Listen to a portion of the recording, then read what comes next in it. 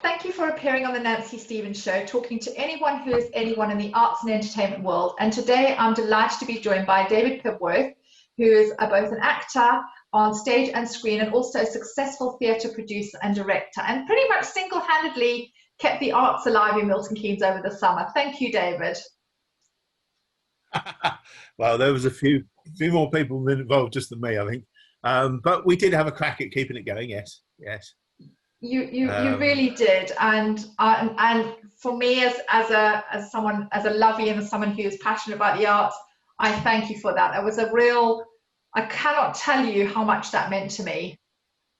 So thank you. Well, the Arches and all that, really. Yes. So we'll talk about that because people think, what are these two on about? But yeah, let's go back to the beginning because you have an amazing story and an incredible. You've done so many incredible things. Obviously, at a young age, produced shows for comedians like Norman Wisdom, Al Murray, Joe Pasquale, Jimmy Tarbuck, and then before trying out your own comedy writing and acting. And that's kind of how we met, is through comedy. And you are, I know the word genius is bandied around quite a lot, but you are a comedy genius, and we are so lucky to have you here in Milton Keynes doing what you do for the arts, but particularly services to comedy. I would say you need an award for this. Well, you're very kind.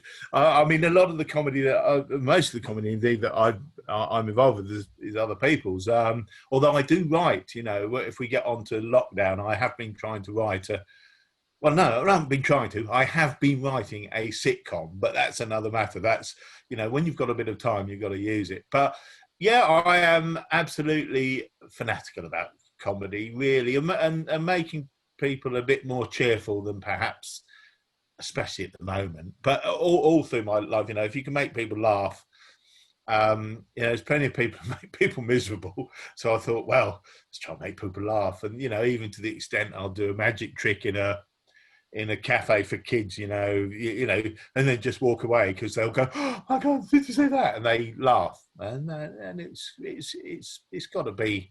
There's got to be a few of us about.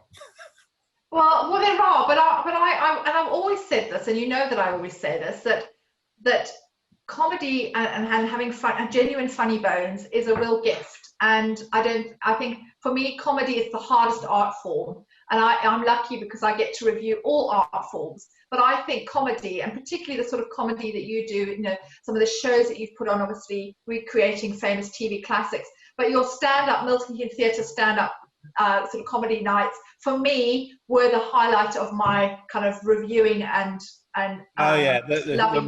We did the sketch shows you came to, didn't you? I think, and when they were great, because we've got a good team of people who are into it as well, and very good at it. Your David Loveses and Steve Clarks and Brian Twos and all those sort of people that we work with are very much part of that. And I do. Sometimes it's easy to think about things. Oh, we should do that, or we should do this. And the one thing that I do is I do surround myself with good people who, lighting people and sound people are really good, even in my jazz band on, because you can sit and say, "Oh, we ought to do that," and I probably am the one who says, "It says my internet connection's unstable." Yeah, it's slightly dropped actually, but I thought you were actually taking them. I thought you were taking the mickey because you were my sound people. I thought that was actually comedic timing on your part. No, it just came up on my screen, and I'm a bit of a technophobe. But and I say, yeah, let's do it. Don't think about it. Well, you've got to think about it, but you can talk about these things for too much, or when should we do it? And I just say, let's book a venue. Let's do it. And I know Steve won't mind me saying this, Steve Clark, sometimes, well, we're starting to sell tickets before we've got it on. And I said, yeah, we're good enough to get it on. Don't worry about that. Worry if you're not selling tickets. Don't worry if you are selling tickets. And you always do. We haven't started rehearsing yet. And that's all right, it'll be all right. So in a way, we work together very well, all of us, because a couple of them are a little bit more careful, think, whereas I say, no, let's get it on, let's get it on. What's the worst that can happen? People don't laugh. No one's going to die. But that is, but you know that is never going to happen. You know, well, people are always going to laugh. Yeah, yeah. I mean, yeah. Generally speaking, all the stuff that we've put on has been very well received, and we keep on top of it because I'm never glib about it because I am always aware if you put something on with all of us, you gotta the next one. It could be so easy for people to say, "Oh, they used to be good, but they're not." You know, so there's always. You're only as good as your last show. Yeah. But I mean, I love I love the fact that you've done so many things. You've been in 9 pantos. One is an Ugly Sister alongside. I did Ugly Sister for 4 years with a colleague called Phil, who now lives up north. We're still friends. We haven't worked together for a bit, but that was because of logistics, really. And I played Widow Twankey in Northampton with Chesney Hawkes, who was then playing Aladdin, and that was great because I actually get on with everyone really. You know, whether they're like Chesney, we still keep in contact. Whether he's quite well known, but it doesn't matter. I got on very well with the bloke who played Buttons as well. We just all get on, and I think if you can go out for a cup of coffee or a beer or whatever together and just chat about life and the panto. I mean, Chesney and I used to chat about it quite a lot. And he was great. I think we did 72 performances of Aladdin. That was a long haul, but it was good fun. It was great. Yeah. And obviously you've taken roles in Shakespeare. Shakespeare, yes. I mean, the best one I did in Shakespeare, in my opinion, was The Tempest in London. And I was cast as the drunk butler because I can play drunks well. Really? And that's because I used to drink a lot. I don't drink now, but I used to. I was a real drinker, yeah. It was great. But I had to stop. And so I stopped. But of course, my knowledge of drinking, of what you feel like and being a bit drunk is still there, even though I haven't drunk for 25 years, I think it probably is now. And they chose me, and they were right then, really, because when I was acting with quite a few classical actors, the chap who played Prospero was a man called Richard Franklin, who was a sort of Shakespearean actor. He'd been in Doctor Who, actually, a few years ago as well. And it was so different because they were really classical actors. And I played the drunk, and they casting was right because they didn't want a classical actor necessarily playing the drunk. They wanted a variety act, which is what Shakespeare probably would have done in his day. Absolutely. So I come on, and I'm not she should have died hereafter sort of bloke, I come on playing drunk.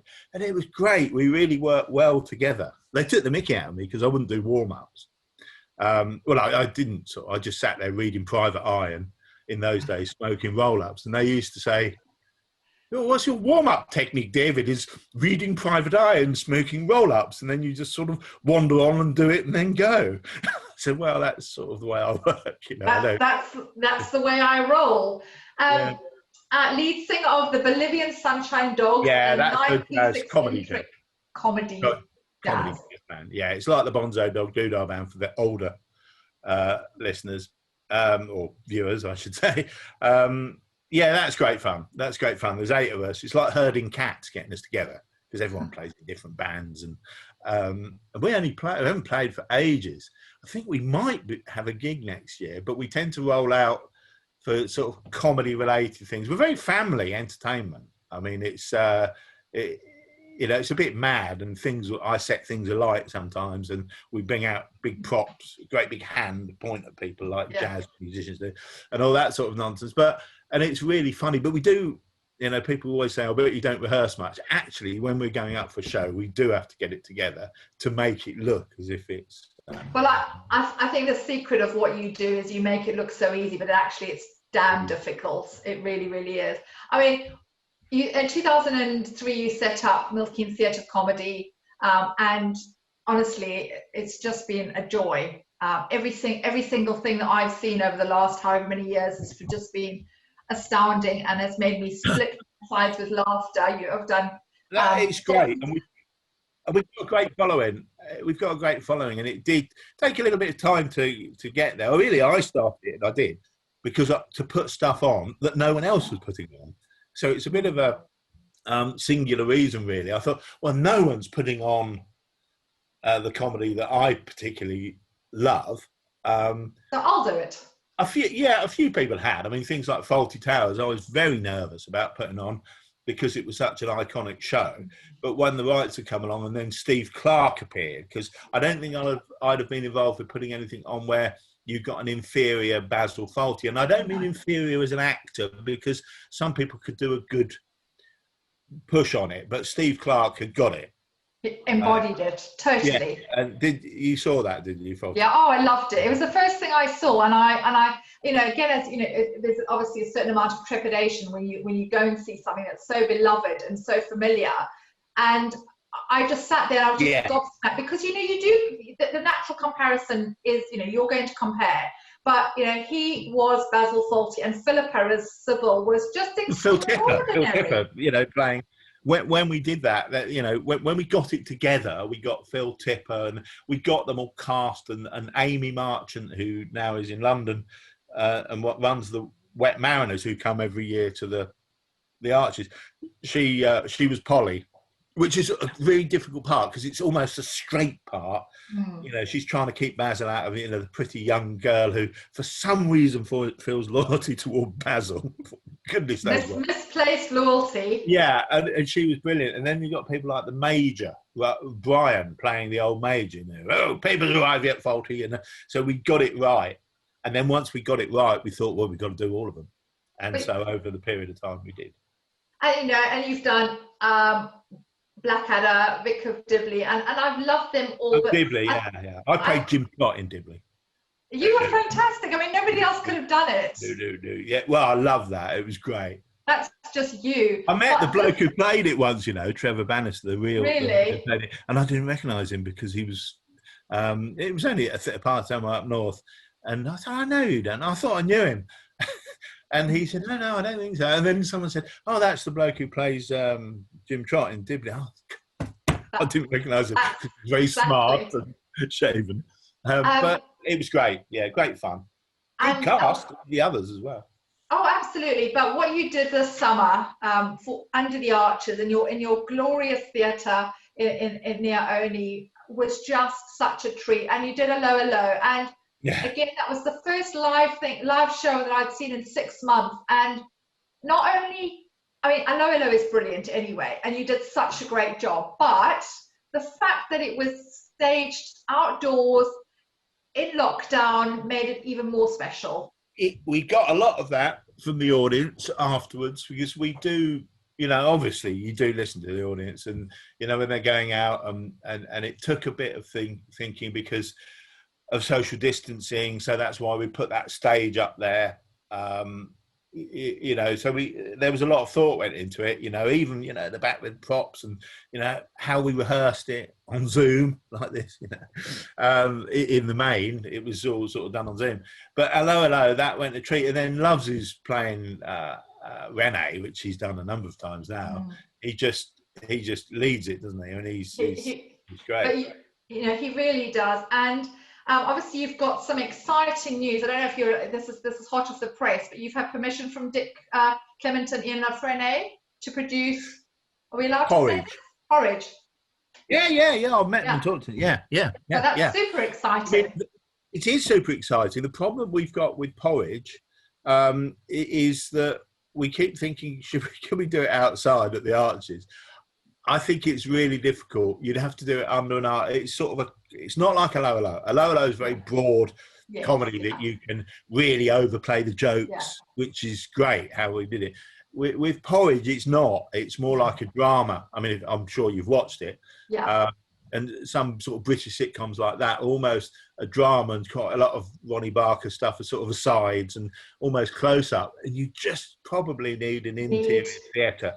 Yeah. To encapsulate the cells and the prison and all that, which is why.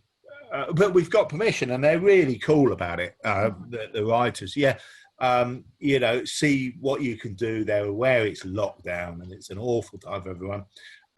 See what you can do, but I'm not saying they've absolutely given free rein, but they're saying, you know, tell us when you're going to do something, and we'll will pretty much go with it. So at the moment, we're sort of humming and ahhing with Porridge.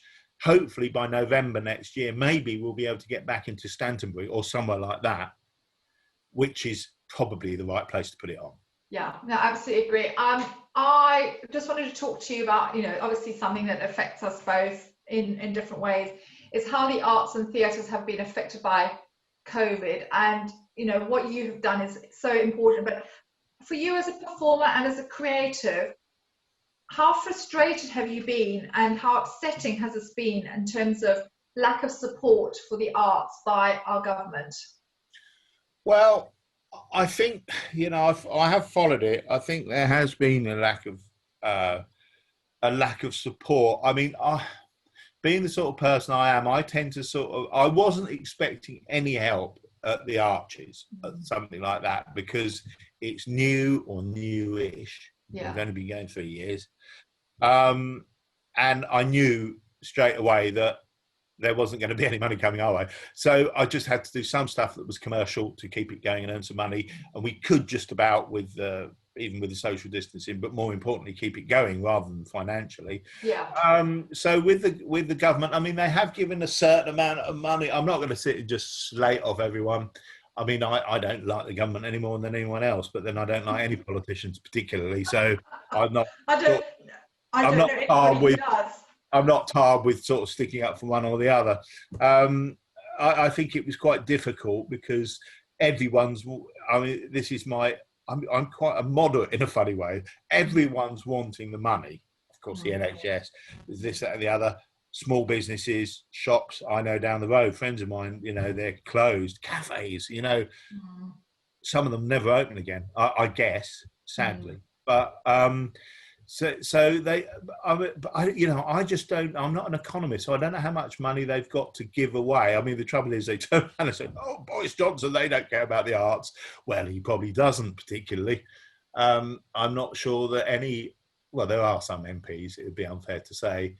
I don't know how much they have given. They did give quite a bit to the arts in one way or another that has been channeled through things like locally the arts. Is it the Arts Foundation? Yeah. Who you can go to for grants. I mean, Arts Council. Yeah. The Arts Council, who are in charge of fielding the money out to the causes, and I think they've probably got a very hard job because who do they give it to? I've never had a grant in my life from the government, so I'm not one of those, because everything I've ever done has been commercial in a way. Do you know what I mean? Yeah. We have sponsorship, but that's just a commercial thing. Excuse me. I suppose I'm not as into it because I've never, ever had a grant to do anything. Fair enough. Artistic. I think they could have supported it more. Yeah, absolutely. So what the Archers did to support the show that went on this summer, both local and West End, you had the West End live evening, and that was so lovely. So we had our picnic. Did you come and see him? Alistair. Did you come and see Alistair, the singer? Yes. Oh, no, not Alistair. I came to the musical theatre evening. Oh, the dance in the park. Yes, it was the last hurrah of the summer. It was lovely. Yeah. That was Scott and Lucy. I forgot the company's name. The dance in the park. That was really good. Yeah. We turned the stage around and everyone was sitting in the field. Yes. And they did all their dance extravaganzas. Yeah, that was marvellous. Yeah, they're coming back. I know that's really exciting because for me, having obviously not had any musical theatre exposure at all for the last 6 months, it just gave the bite-sized chunks from each show that I loved, and I know the rest of the audience felt the same, and it was just so lovely to experience that, and that was a joy. So an inspired choice there as well. They approached us actually because they've been turned down by everybody, hadn't they, or ignored? Yeah. Scott and Lucy told me they found 30 sort of outside venues that looked like they could work, and I think only 2 had got back. I mean, I got back straight away and said, "Come over, have a cup of tea, let's have a walk around and see if it will work, because you'll know if it will work or not." So they came over about a week later, and we soon nailed it down, an agreement and tickets, because they had quite a lot of outlayings as well. They've got West End dancers on there. I brought in the lighting and sound men who I knew, but they all worked together straight with the dance school, and it just worked a treat. And it was great, and they were great to work with because they were young and keen and all that. Vibrant, yeah, they were. Yeah, they were marvellous. Alistair Brammer, the singer from, he was in Miss Saigon and Wicked, I think. Yeah, Wicked, yeah. He came and did a show on a Thursday, and again, he'd contacted and he'd been on the West End. He contacted quite a number of them, and the only two who got back to him was me and the Minack Theatre in Cornwall. And he played the Minack Theatre and the Arches on the same week. Incredible. And I couldn't believe that why people hadn't got back to him. You know, but again, he wasn't looking for loads and loads of money. He really wanted to sing and have a bit of fun and earn a little bit, but it was really to keep his voice going. You know, absolutely. And the thing is, I think as I obviously interview people all the time who are creatives, is everyone's had to become incredibly resourceful. So as you say, for someone like him, he needs to use his instrument, which is his voice, and what better way to do it? So again, an amazing thing to do. And again, our sound engineers got onto him, and they organised it within a few days, what he wanted, what he needed, and we got it all worked out. So, we fixed that sort of stuff to make it easy for Alistair Brammer to come in. And or anyone really. I mean, Scott and Lucy, we get on really well because if they need something, we'll get it. Within reason. Look at that, we'll sort it out because I know that they'll come back. I'm not sure Alistair will because he's now moved to Belfast, but because he's doing singing teaching out there. But a lot of the people who work there will come back next year. Sorry. And plans for next year, only one thing has been announced. Ripping Yarns. Ripping Yarns. So that's super exciting. Tell us a bit about that. Ripping Yarns, we did, if any of your audience have heard of it, well, if you haven't, look it up because it's quite old now. It's after Monty Python, but Michael Palin and Terry Jones wrote 9 episodes of this rather eccentric boys' own stuff. It's so funny. Each episode was different. There's one called Tompkinson's School Days about like Tom Brown's school days with the typical public school and the school bully who's on a salary and that sort of thing and has a tied cottage. And I can't explain it without wasting too much time. Look up Ripping Yarns. They are so funny. Now, we did 3 11 years ago. And Michael Palin gave us permission, and Terry Jones, who was then alive, of course. Terry's died now. And so I recontacted them and said, we've got this outside venue. I think Ripping Yarns will work outside because it's so mad. One involves a football match, which we can play on that field. Absolutely. It's only a little bit, but we can actually play. Well, late Terry Jones's wife, Alison, said, oh, that's brilliant. You can actually play. We did it on telly. That's fine. And Michael and Terry did it. I said, yeah, we can whack them in the field, and do a bit of it there, make it really mad and really use the space, get the audience to turn around to watch these old blokes reliving their youth in Golden Gordon. And then we decided, why don't we do one big community one? This is with Terry Jones's wife and Michael Palin, because Terry died of dementia, as did my father and indeed my uncle. Why don't we do a big thing and raise money for a dementia charity? So they're not having any rights. We'll get all our costs back, of course, but the profits will go to a dementia charity and make it a biggie. Make the show big, and hopefully dementia, whichever charity. There's so many. I must get back to. Of course. I must get back to. I think I'll get back to Terry Jones's wife and say to her, which one do you think we should go with? Yeah, absolutely. Because I'm sure they'll help promote us. And that's not what it's all about, but I think it's quite nice. I mean, Terry Jones was a very, very intelligent man, and I've met him. A lovely chap, but very hugely intelligent. And for him to not be able to speak at the end must be awful. And I saw it with my dad. So there's one well-known person, my dad, my uncle, all intelligent men, and being reduced to this awful disease of dementia, the umbrella of dementia. So why not raise some money? And that's the whole thing. You can have a laugh and raise money. Make people laugh, and you'll get people to put 5 in the pot, and they've got to buy their ticket. We'll make money for that cause, and I think that's good. So that's what we're doing. It's a big cast. No, we'll need a big cast. It's very exciting. Well, we look forward to that as well. So you're going to extend the summer schedule to fit in more acts, because I do think it worked so brilliantly. It's such a lovely location. You know what the problem is, Nancy? It's the weather. It does flood. Yes. They are, the arches that we work under are flood arches. Yeah. Now, Scott and Lucy, the dance people who came to the last blast, they contacted me again and said, "Oh, can we put something on in?" And I think it was the beginning of October. And I said, and I was all keen because it was. And I said, "No, we must be mad. It can flood," and so we didn't do it. They were fine about it. Yeah. And on the day we were supposed to do it, I took a photograph, and there was 4 inches of water under the arches and where the stage would have been. And I said, I just texted it over to them and said, "I think we made the right call here." Absolutely. So we've got to be careful, but we can bring it into September. Yeah. And we are starting it a little bit earlier. Oh, that's so exciting. Honestly. I know I'm not supposed to say anything, but I think it might be the dance people who we've just spoken about, Scott and Lucy, might be opening it. But we've got to they're certainly coming back. So I'm not making any anything that anyone doesn't know, but we're working. We've got quite a lot of people want to come and put stuff on. Wet Mariners are coming back. The Shakespeare Company always come back.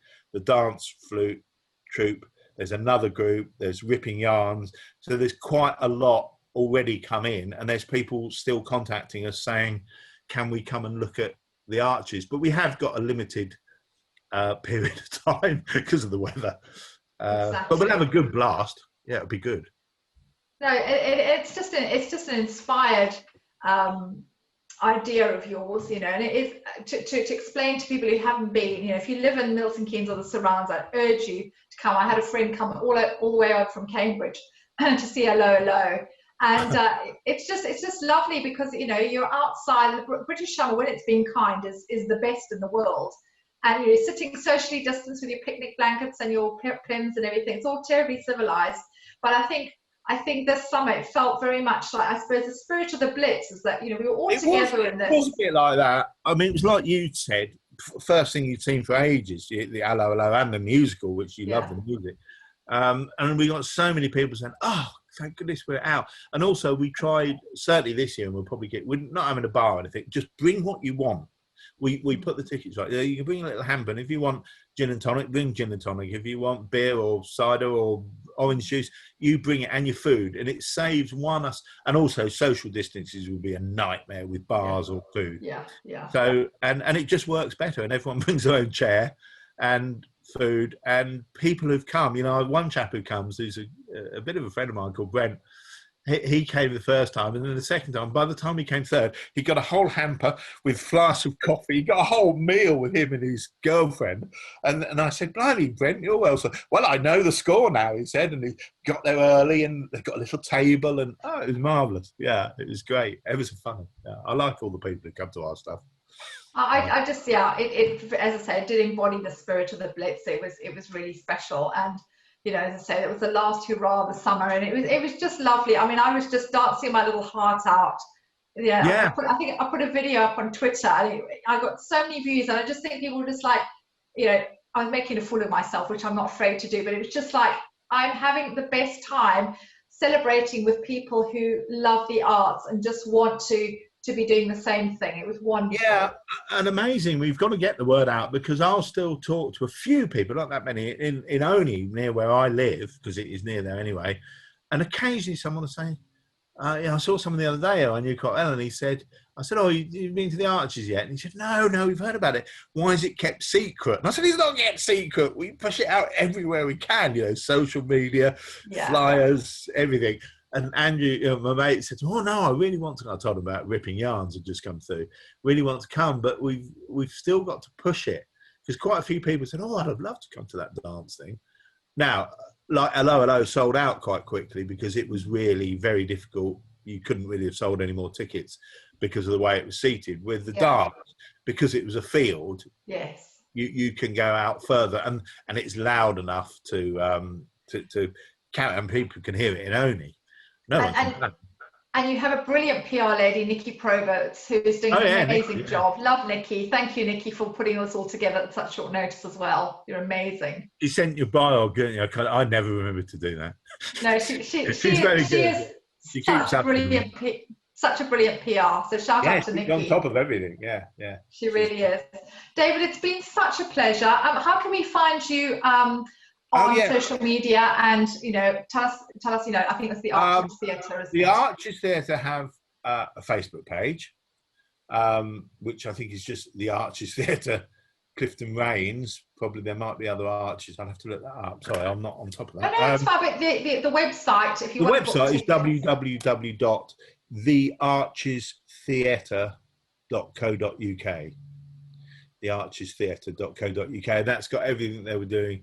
That we're doing coming up next year will be up, and of course it will be released. We'll let you know as well.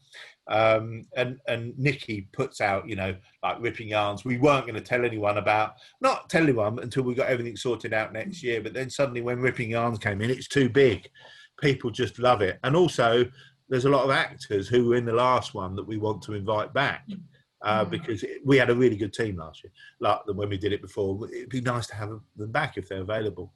But that's the website. I mean, there's an office phone number if you want. People can. No, it's fine. We'll put all the contact details up for Twitter, etc. After the interview. Oh yeah, Nikki will have them all. Yes, she will indeed. She will indeed. So yeah, David, as always, thank you so much.